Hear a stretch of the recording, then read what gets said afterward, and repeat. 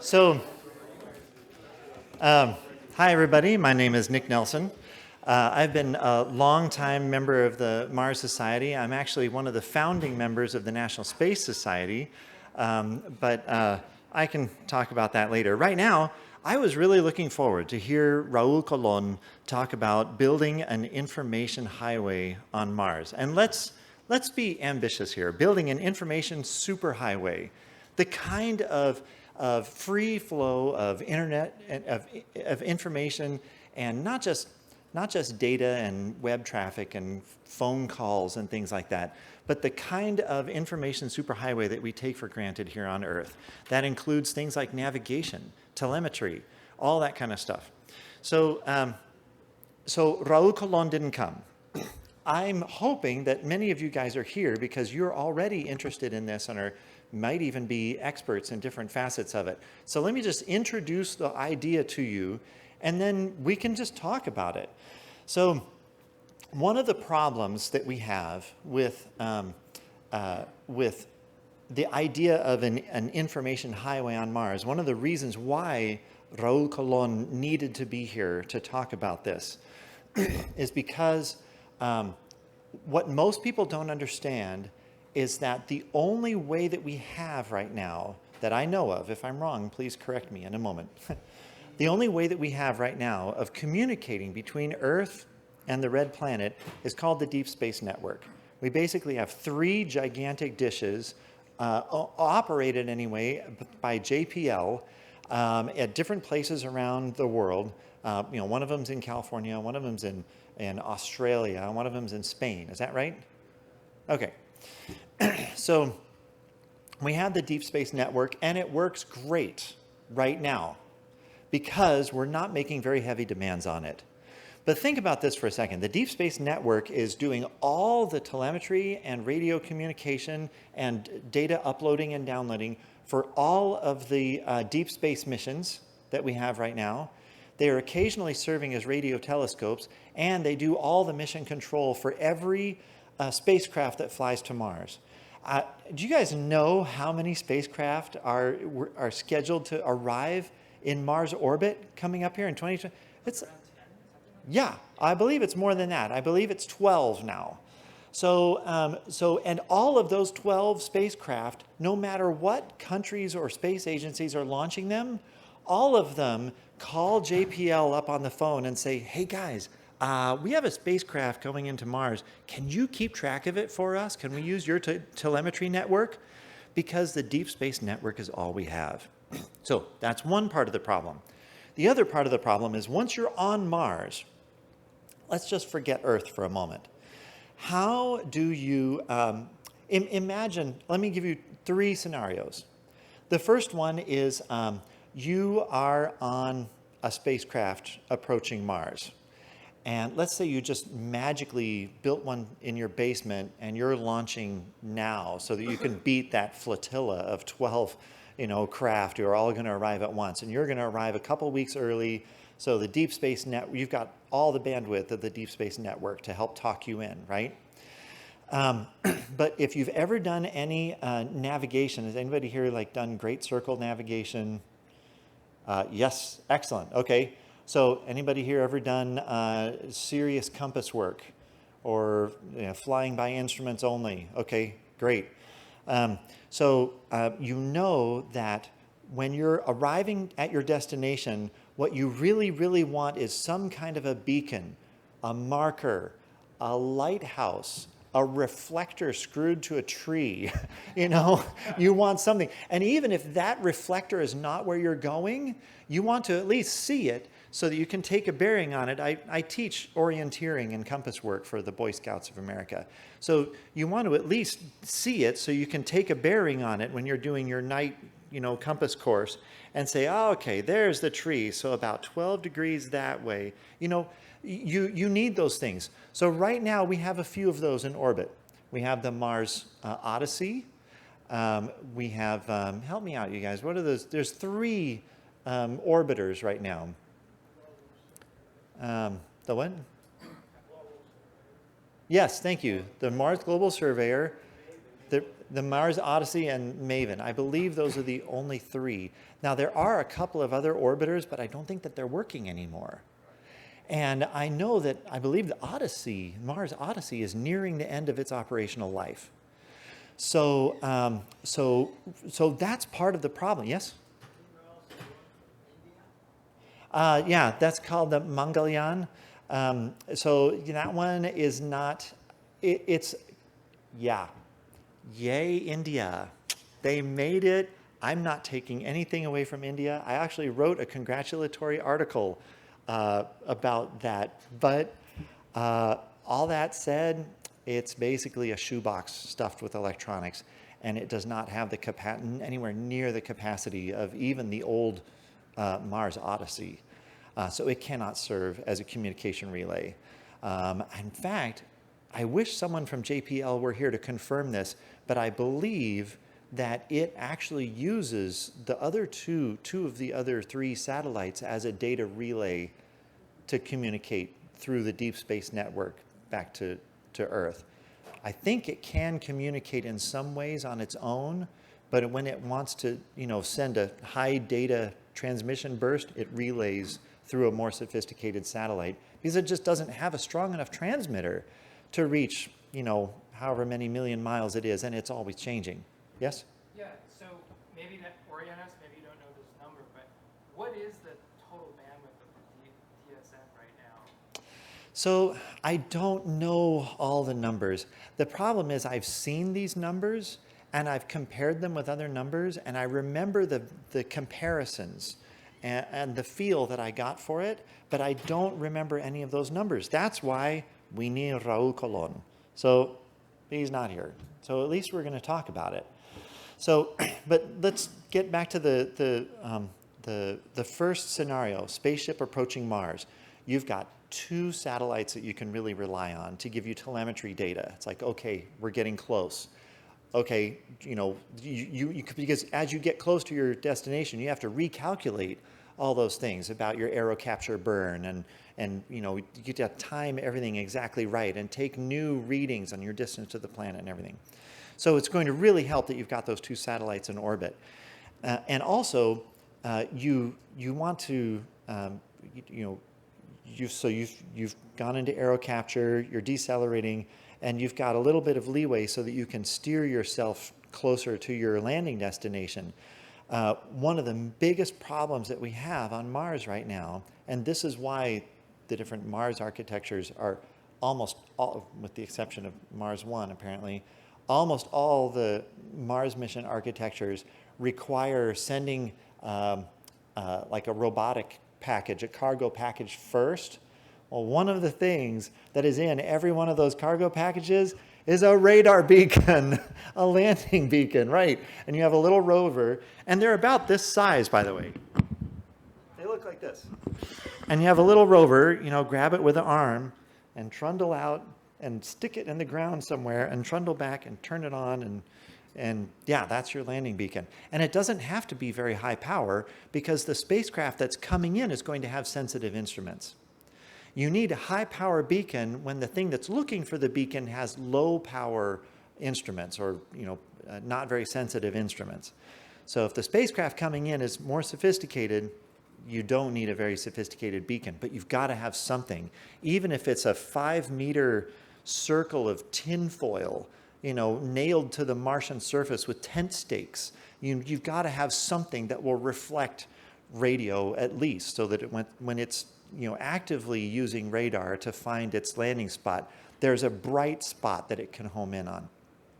So, so that's just basic navigation. We desperately need more communication satellites, communication and navigation satellites. And not just that, but we desperately need to improve certain parts of the surface of Mars, and I'm not even going to guess what exactly they are, but this is why the colonization of Mars has to begin with the exploration of Mars. One of the roles of the human and robotic explorers, but especially the human explorers of Mars, is to leave behind in the different places where they land and set up their camps, leave your stuff there. leave your landing beacons there, leave your old equipment there, leave as much stuff littered across the Martian landscape as possible, because that's not litter. It's called infrastructure, right? And even if it's not infrastructure right now, just leave it there and someone later can make it into infrastructure.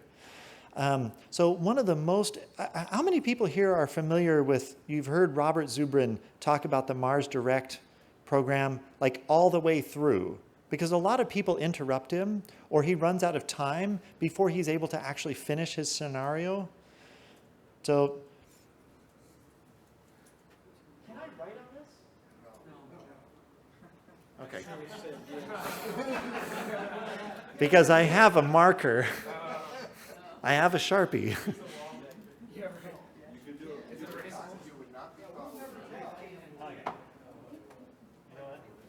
I'm going to write on my Mars thing.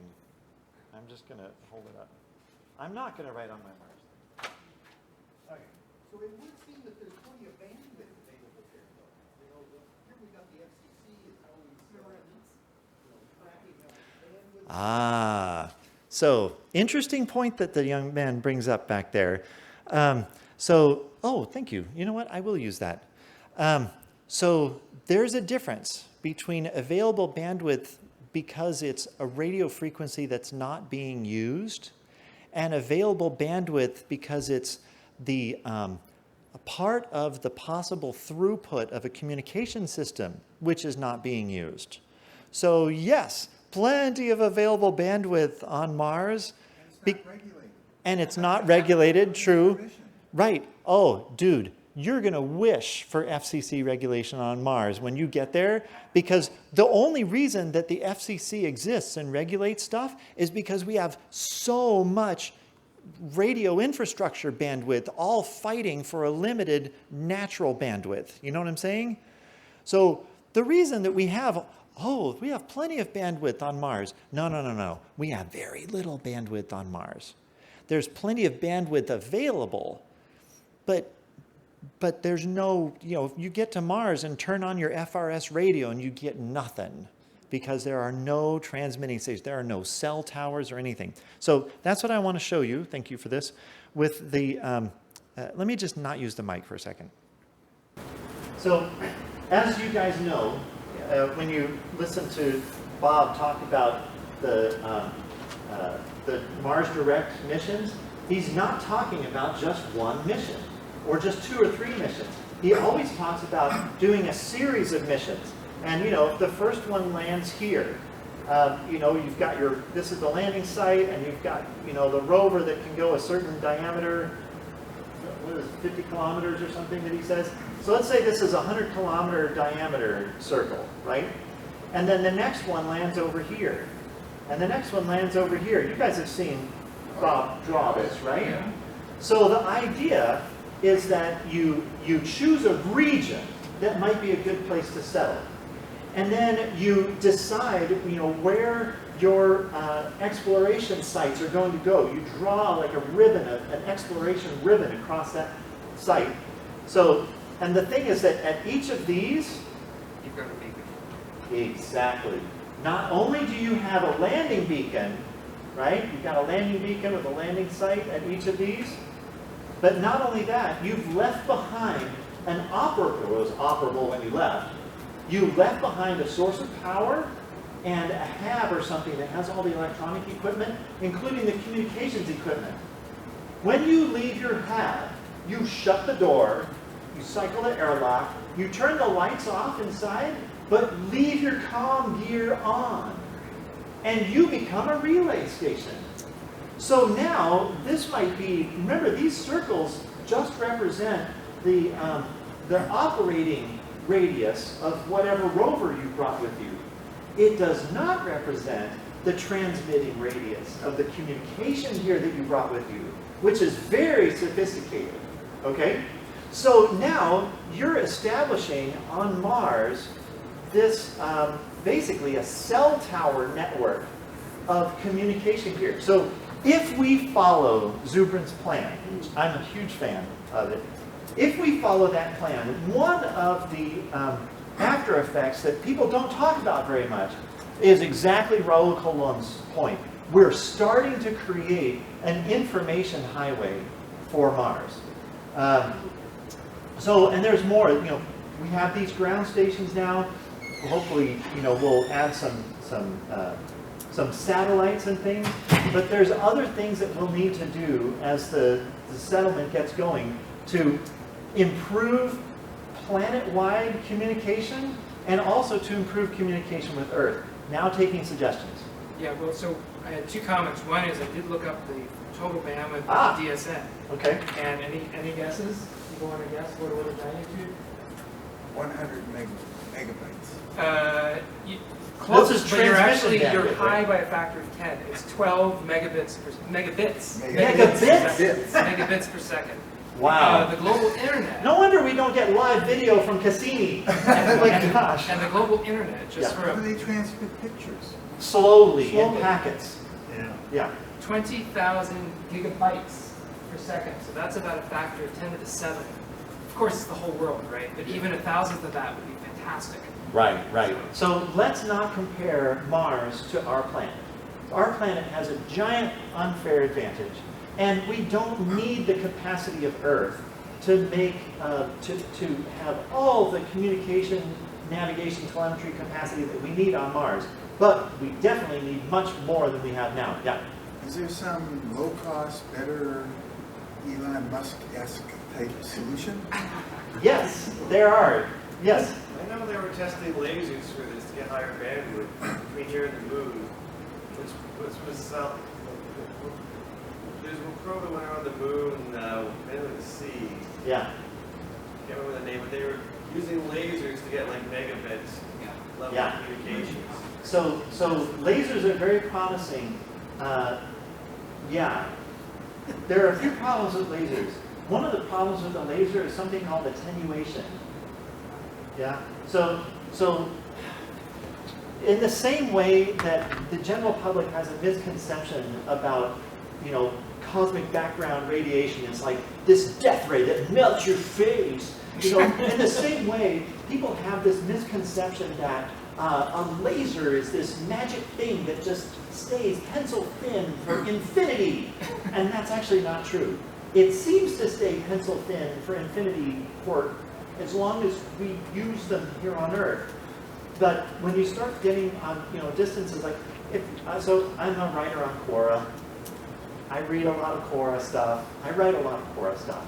And there's a really excellent question and answer thread on Quora about what would happen if you had a certain kind of laser. Like they started out with like a laser pointer and you pointed at the moon. Could you see the little red dot on the moon? Well, short answer, no. So then people followed up with that. So, well, what if it was such and such a laser that I just read about? What if we aimed that at the moon? Could I point a little laser dot on the moon? No. So, but on the other hand, like you said, there is actually a very sensitive laser instrument that's in use right now and has been in use for a long time, which intentionally measures the distance between the Earth and the moon with a laser hitting reflectors on the moon and reflecting back to a very sensitive receiver. Okay, so I don't remember like how many megawatts that laser is, but the receiver, like it fires its beam there, it's reflected very efficiently off the surface of the moon. Like it even tries to kind of recollimate the beam, right? Reflecting off the Apollo had the the reflector light. The retro So reflector. they're using that to. Or the retro. Yeah. You can use that one too. Yeah. So what fraction of the energy comes back? Oh, a very small fraction. And of course, you've got the Earth's atmosphere. I understand, but it has to be a very sensitive receiver to get that back. So we don't have the Earth's atmosphere, by the way, is probably 90% of the problem in that situation. So thank God, Mars very conveniently comes with a much thinner atmosphere, so we don't have to worry about that so much. Yes? So I was trying to do a mental inventory of the orbiters. There's the Mars Reconnaissance Orbiter. Oh, that's the Not one I in- was yeah, forgetting. tomorrow. Yeah. So that's got, I think that's the one with the really big receiver. That's the Then there's Mars Odyssey. Reconnaissance, the Odyssey. Then there's the trace gas orbiter.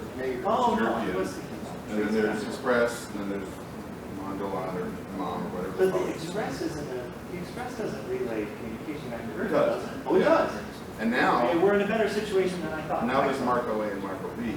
Oh, yeah, little Which we tiny like CubeSats. Yeah, but the idea is, because I just wrote an article about this, Okay. actually, Yeah, yeah. is that if those work, then they get followed by a fleet of follow-on, because CubeSats are the thing, right? Yes, so who was asking about the low cost? So this is what you were asking? Something for nothing. Yeah, well, you can't, there's no free lunch, can't get something for nothing. But they're cheaper. Yes, but think of it this Yes. way. So we can't get something for nothing, but what if we can get planet-wide radio communication and a rough GPS system for the cost of 200 or 300 CubeSats? Oh! With inflatable antennas. There we go. Like that could be our low-cost alternative. Now the reason we don't know for sure if that can be our low-cost alternative is they haven't gotten to Mars yet. Right. So when they get to Mars, there's two of them. When they get to Mars and they deploy and they do their thing, then we'll know. That would be the proof of the pudding. When do they get to Mars? They're halfway there now. Yeah. They'll get there soon. Did they piggyback it? It's like, They Yeah, arrive they're in just there to relay- November 2018. They're just there to relay the insight. Who's doing that? NASA. JPL. Yeah, well, JPL.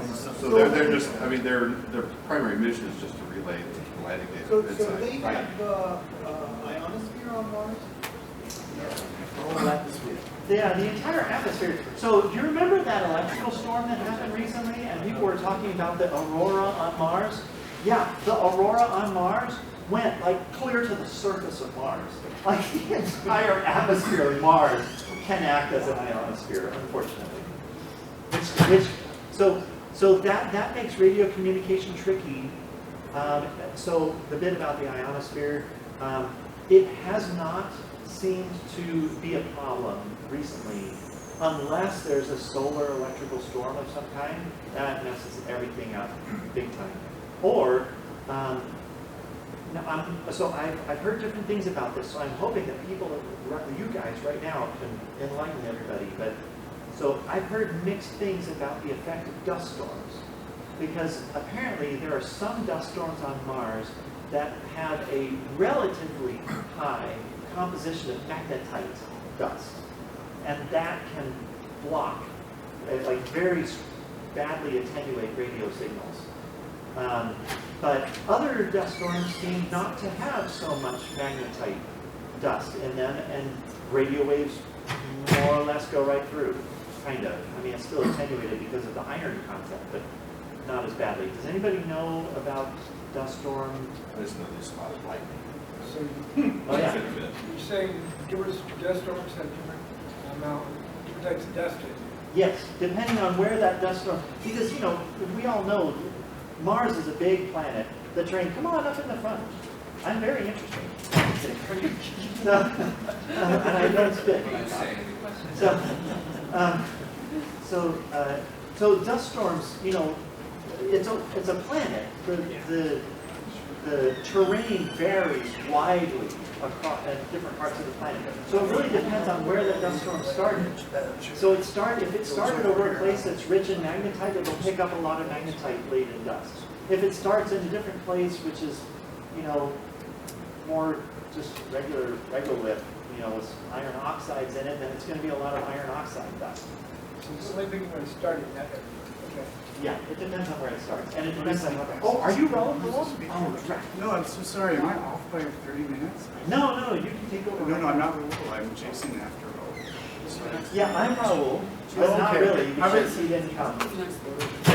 Okay, so that's what's going on. So it's 3 o'clock. So you guys, this has been fun. But Go ahead. Continue. Did you?